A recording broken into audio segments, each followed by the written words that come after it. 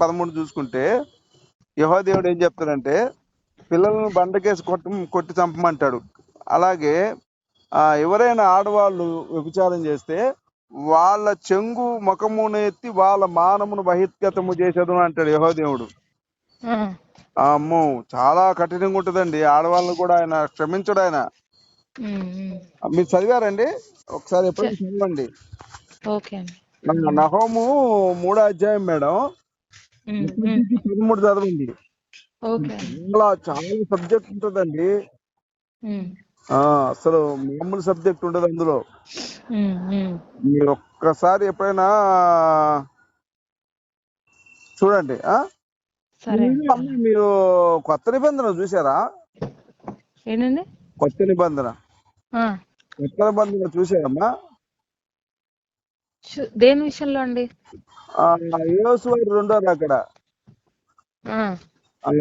అక్కడ ఏముంటుందంటే మత్తయి సువార్త 24వ అధ్యాయం మేడం, 30 నుంచి 38 చూడండి ఎప్పుడైనా. అయితే ఈ 2వ రాకడ ఈ తరము గతించదని మీకు నిశ్చయముగా చెప్పుచున్నాను అంటాడు. ఇప్పుడు చనిపోయిన వారు లెగుస్తారు, నేను వచ్చే వరకు నిలిచి ఉండు, మీరు నేతో కొనిపోతానంటాడు. అప్పుడు ఉన్న వాళ్ళతో చెప్తాడు అనమాట. చనిపోయిన వాళ్ళు ఎటు చనిపోతారు, నేను వచ్చేవారికి ఎవరైతే మీరు నిల్చుంటారో అంటే అక్కడున్న జనాంగానికి చెప్తాడు ఆయన. మీరు బతికే ఉంటారు, అప్పుడు నేను మిమ్మల్ని తీసుకెళ్తానని అప్పుడున్నటువంటి పరిస్థితుల్లో ఇశ్రాయేలుకి చెప్పిన మాట మేడం అది. అవునండి. అలా అది. మరి ఇక్కడ నాకు చిన్న డౌట్ వచ్చింది మేడం. ఇప్పుడు అక్కడున్న జనానికి చెప్పాడు కదా, నేను వచ్చే వరకు మీరు బతికుంటారు, చనిపోయిన వాళ్ళని లేపుతాను, వాళ్ళతో పాటు మిమ్మల్ని పరలోకం తీసుకెళ్తాను అంటాడు కదా. ఇప్పుడు వాళ్ళు చనిపోయారు కదా మేడం, ఆ తరం వారు ఇశ్రాయేలు. మరి అంటే బతికుంటారు అంటే దాని అర్థం మీరు ఆత్మలో సజీవులుగా ఉంటారు. మీరు ఎందుకంటే ఎవరైతే ప్రభువుని తెలుసుకున్నారో, ఆయన నామాన్ని తెలుసుకుని వారు మనసు పొంది బాప్తిస్మం తీసుకున్నారో వారికి రెండవ మరణం లేదు.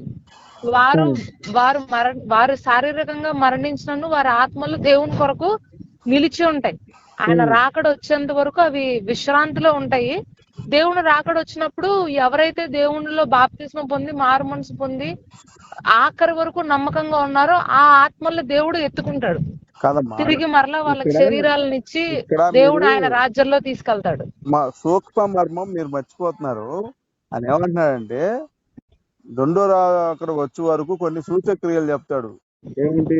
సముద్రాలు నిలుస్తాయి, ఆకాశంలో నక్షత్రాలు ఉంటాయి, ఇలా కొన్ని భయంకరమైనవి చెప్పి నేను వచ్చే వరకు చనిపోయిన వారిని లేపుతాను, బతికుండి నిలుచుకుండి మీరు సజీవంగా నాతో తీసుకెళ్తాడు అంటాడు. సజీవంగా చచ్చిపోయిన వాళ్ళని లేపి తీసుకెళ్తాడు, మీరు అప్పటి వరకు బతుకుంటారు కాబట్టి మిమ్మల్ని. అదేనండి నేను చెప్పింది అదే.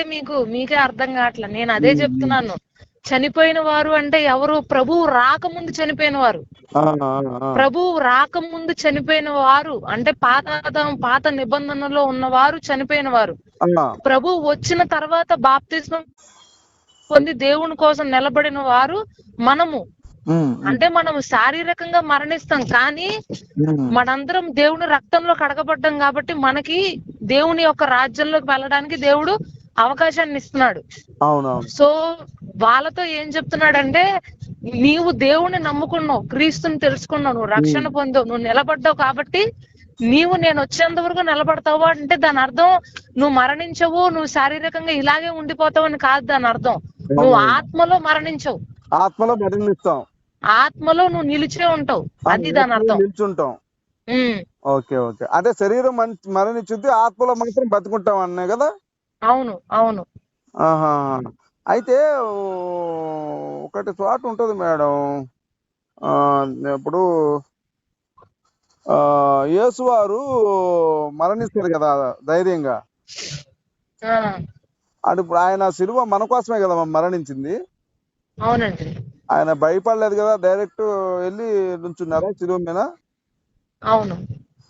ఎక్కడా భయపడలేదా? ఎవరు? యేసు వారు. ఎవరండి? యేసు వారు చనిపోవడానికి ఎక్కడా కూడా భయపడలేదా? ఆయన భయపడింది ఏమి లేదండి. ఆయనలో భయం ఎందుకు ఉంటది? ఆయన దాన్ని ఎదుర్కోవడానికి సిద్ధపడ్డాడు కదా. నా నా గురించి చెప్పబడినటువంటి ప్రతి ప్రవచనము నెరవేర్చడానికే నేను ఈ లోకానికి వచ్చాను అని చెప్పారు. అవును, అవును. అయితే అమ్మా, ఈ మత్తయి సువార్త 26వ అధ్యాయం మేడం 36 నుంచి 47 చూడండి ఒకసారి. యేసు గారు మరణానికి భయపడి, తండ్రి నీ చిత్తమైతే ఈ గిన్నె నా నుండి తొలగింపము అని ఆయన ఏం చెప్తాడంటే, చావు భయంతో ఏడుస్తాడు, ప్రార్థన చేస్తాడు అనమాట. 3 మార్లు ప్రార్థన చేస్తాడు. అప్పుడు అది ఎందుకు చేస్తారంటే ఆయన తండ్రి నుంచి దూరం అవుతున్నారు ఆ సమయంలో. తండ్రి నుంచి కాదమ్మా, తండ్రి నుంచి ఆయన ఎందుకంటే ఒక వ్యక్తిలో పాపము వచ్చినప్పుడు ఎంత సొంత కుమారుడైనా సరే తండ్రి ఏమంటాడంటే, నేను నీకు దూరం అవుతాను. ఆ కాసేపు ఎడబాటును కూడా దేవుని తట్టుకోలేకపోతాడు. దీన్ని నా నుండి తీసేయి అని ఎందుకు ఆ మాట చెప్తున్నాడంటే, అది భయంతో కాదు, ప్రభువుకి దూరం అవ్వలేక ఆ మాట చెప్తాడు ఆయన, తండ్రికి దూరం అవ్వలేక కాదు. ఇప్పుడు మనకి 2 దేవుళ్ళు ఉన్నారా? ఒక్కడే కదా దేవుడు, తండ్రి ఒక్కడే కదా. ఇప్పుడు యేసువారు యెహోవారు ఇద్దరు వేరు వేరేనా? మీరు ఎట్లా, మీ భావన ఏంటి? బ్రదర్, మీరు దేనికోసం నాకు ఫోన్ చేశారు నాకు అర్థం కావట్లా. మీరు ఒక విషయం కానీ స్టార్ట్ చేశారు, ఇప్పుడు మీరు తర్వాత దాంట్లోకి మీకు యేసు ప్రభు మీద అనుమానాలు ఉన్నాయా, తండ్రి మీద అనుమానాలు ఉన్నాయా, లేకపోతే మాలాంటి సావుకుల మీద అనుమానాలు ఉన్నాయా? ఏంటి మీ అనుమానం? అసలు నాకు అర్థం కావట్లా. తండ్రి అంటే కొడుకు ఒకడు ఉండాలి, తండ్రి ఉండాలి. తండ్రి అంటే తండ్రి వేరు, కొడుకు వేరు కదా. మీరు బైబిల్ చదువుతున్నారా చదవట్లేదా? ఫస్ట్ నాకు అది చెప్పండి. చదివే కాబట్టి ఈ డౌట్. మీరు కాదండి, వాళ్ళిద్దరూ వేరు వేరు అని ఎక్కడ రాయబడలేదండి. మేమందరము, నేను, తండ్రియు, పరిశుద్ధాత్మయు ముగ్గురము ఏకమై ఉన్నాము అని అంటున్నాడు దేవుడు. ఇంకా ఆయన ఎడబాటు ఏముంటది? తండ్రి నుండి ఆయన ఎడబడేది ఏముంటది మేడం? ఇప్పుడు ఆయనే కాబట్టి ఆయన నుంచి ఆయన ఎడబడతాడు. ఆయన శారీరకంగా ఈ లోకంలోనికి వచ్చారు కదండి, ఆయన శారీరకంగా ఈ లోకంలోనికి వచ్చారు. యేసు వారు భయపడలేదు అన్నారు. ఇక్కడ ఆయన భయపడి ఏడుస్తాడు, ఆయన కన్నీరు రక్తం వల్ల ప్రవహిస్తుంది, వణుకుతాడు, ఆయన భయపడ్డాడు ఆల్రెడీ. భయపడిన వాడైతే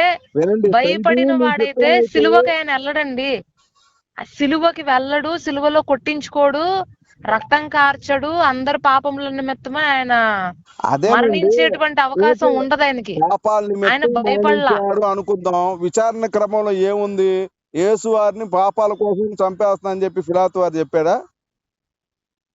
ఏంటండి? పిలాతు దగ్గర విచారణ క్రమంలో ఏముంది? యేసు వారు మనుషుల పాపాల కోసం, ప్రపంచ మానవాళి పాపాల కోసం యేసు వారిని సిలువేసి చంపుతున్నాం ఇక్కడ అని చెప్పి పిలాతు ఏమని చెప్పాడా? అట్లా ఏం చెప్పలేదు. మరి ఏం చెప్పకపోతే ఎలాగా? ఇప్పుడు నేను ఒక అమ్మాయిని మానభంగం చేసి మర్డర్ చేసి, బ్రదర్ నేను తర్వాత మాట్లాడతాను మీతో, ఎందుకంటే మీరు ప్రభు గురించి చాలా చాలా నీచంగా మాట్లాడుతున్నారు. యేసు ప్రభు గురించి లేనిది మీరు ఎట్ట చెప్తారండి? యేసు మన మనుషుల పాపం లేదండి, లేదు, మీరు చాలా తప్పుగా మాట్లాడుతున్నారు. ఇక్కడ మత్తయి సువార్త 27వ అధ్యాయం చూడండి, అదేంటది? మేధావులు, మహానుభావులు అందరూ కూడా ప్రధాన యాజకులు యేసుని పంపమని ఆయనకు విరోధంగా అబద్ధము సాక్షిని చెప్పింది అని ఉంటది. ఏముంటది ఆడ? ఇతను దేవాలయాన్ని కూర్చి 3 రోజులు కట్టిస్తాడంట అని చెప్పి అతని మీద సాక్ష్యం చెప్తాడు. హలో మేడం గారు, అమ్మా మేడం, హలో మేడం గారు, హలో.